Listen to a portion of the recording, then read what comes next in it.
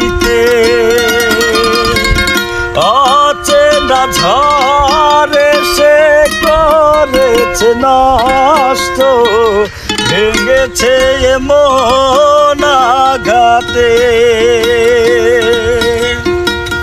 বিরহের সাজায় পরে আছি আমি নিঃস্ব হলাম চিরতরে